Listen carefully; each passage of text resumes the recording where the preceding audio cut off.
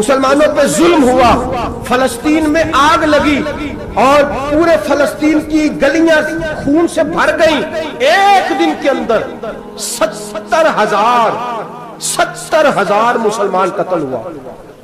گھوڑوں سے سڑکوں پہ چلا نہیں جاتا تھا، گھوڑے پھسلتے تھے، اتنا خون تھا، اور کچی سڑکیں تھی، اتنا خون تھا، پہلے کچی زمین نے خون پیا، پھر خون اس سے باہر آیا، پھر بھی اتنا سخت 70,000 آدمی قتل ہوا۔ صلاح الدین ایوبی کون تھے؟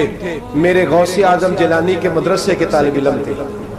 جامعہ نظامیہ مدرسہ، یہ مدرسے ہیں جنہوں نے دین کے مجاہد پیدا کیے، مدارس ہیں جنہوں نے دین کے مجاہد پیدا کر کے پوری دنیا کے اندر پھیلائے ہیں۔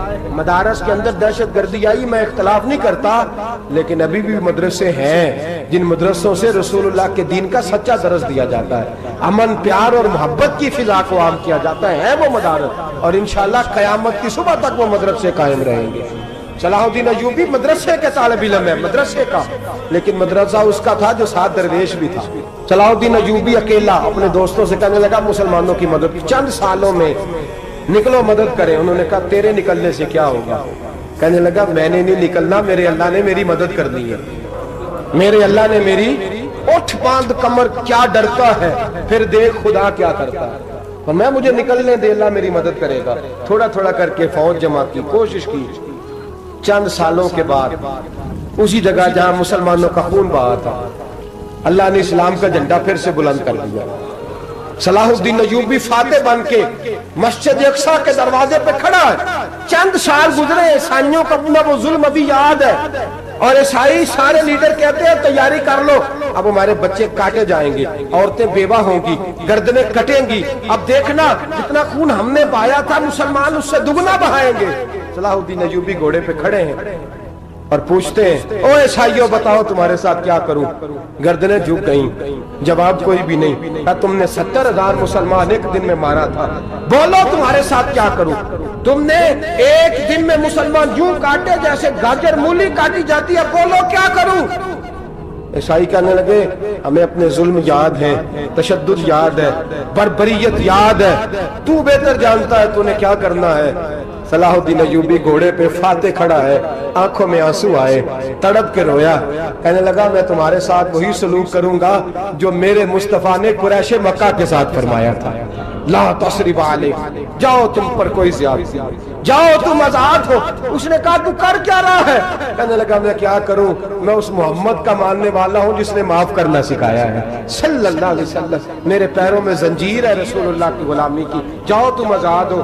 اس نے کہا تم آزاد ہو، لوگوں نے کلمہ پڑھنا شروع کر دیا، اشہد ان لا الہ الا اللہ واشہد ان محمدن عبدہ۔ سارے قبیلے کے کچھ نہ کچھ لوگ مسلمان، ایک قبیلہ رہ گیا مسلمان نہیں ہوتا۔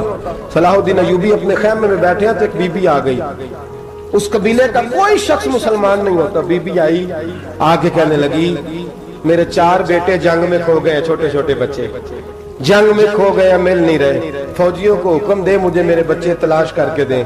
صلاح الدین ایوبی نے جھٹ پٹ سر پہ امامہ باندھا، نیزہ پکڑا، سینے بند باندھا، اپنے جبے کو سمیٹا اور باہر کہنے لگی تو کدھر جا رہا ہے؟ کہنے لگا میں خود تیرے بچے تلاش کر کے دوں گا۔ صلاح الدین چند سپاہی ساتھ گلی گلی نکلے، گلی گلی فجر کے نکلے، اثر ہو گئی، تھک گئے، 2 نمازیں صحرا میں پڑھی، جنگل کے اندر پہنچے تو ایک کونے میں 4 بچے ایک جگہ ڈرے اور سہمے ہوئے بیٹھے ملے۔ صلاح الدین ایوبی اٹھا کے لائے، ماں کو کہنے لگے تیرے بچے ہیں، نکلا اس لیے تھا کہ میرے نبی نے فرمایا بچے جدا ہوں تو ماں کو درد بڑا ہوتا ہے، اور میرے رسول نے فرمایا تھا جب جنگ کرنے جاؤ تو کھیت برباد نہ کرنا، فصلیں تباہ نہ کرنا، بچوں کو ماں سے جدا نہ کرنا۔ فرمایا میں سوچ رہا تھا تیرے بچے کہیں میری وجہ سے جدا ہو گئے تو مصطفیٰ کو جواب کیا دینا؟ فرمایا تیرے بچے ڈھونڈ کے لایا ہوں۔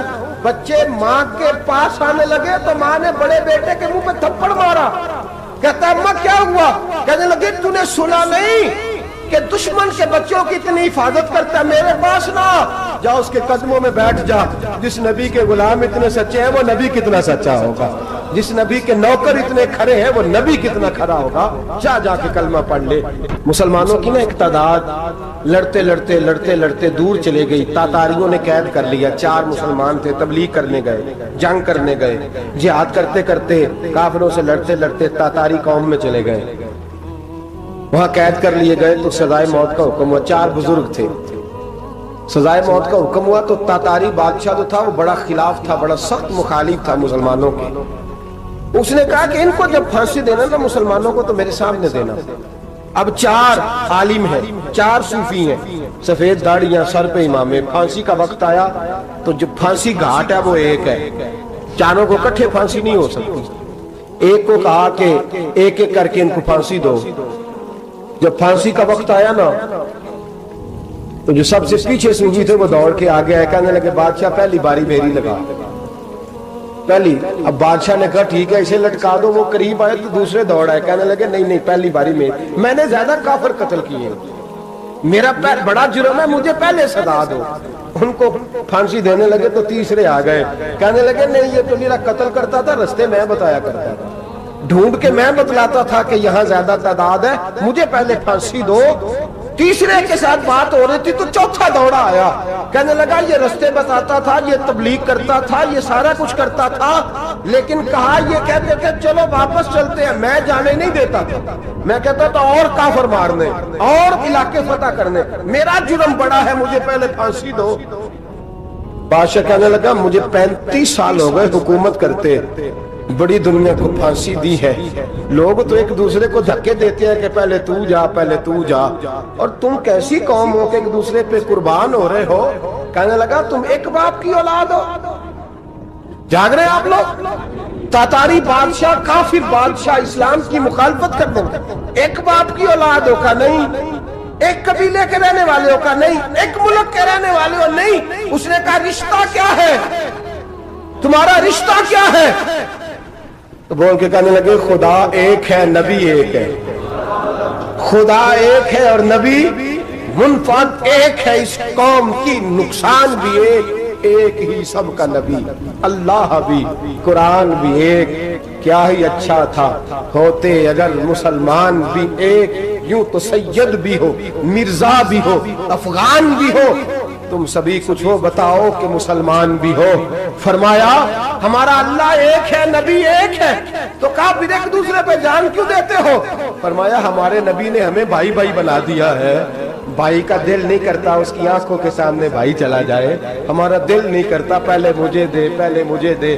بادشاہ کہنے لگا تمہارا جذبہ مجھے متاثر کر گیا, جاؤ میں تم چاروں کو آزاد کرتا ہوں, تمہیں آزاد کرتا ہوں. میرے دوستو یہ رنگ تھا, دیکھیں نا, یہ اس دھرتی نے نظام دیکھا ہے نا, اس فلک نے پہلی بار دیکھا, اس زمین نے پہلی بار. اور میرے حضرت صاحب فرمایا کرتے تھے زمین تڑپ کے روئی, اس نے پہلی دفعہ دیکھا.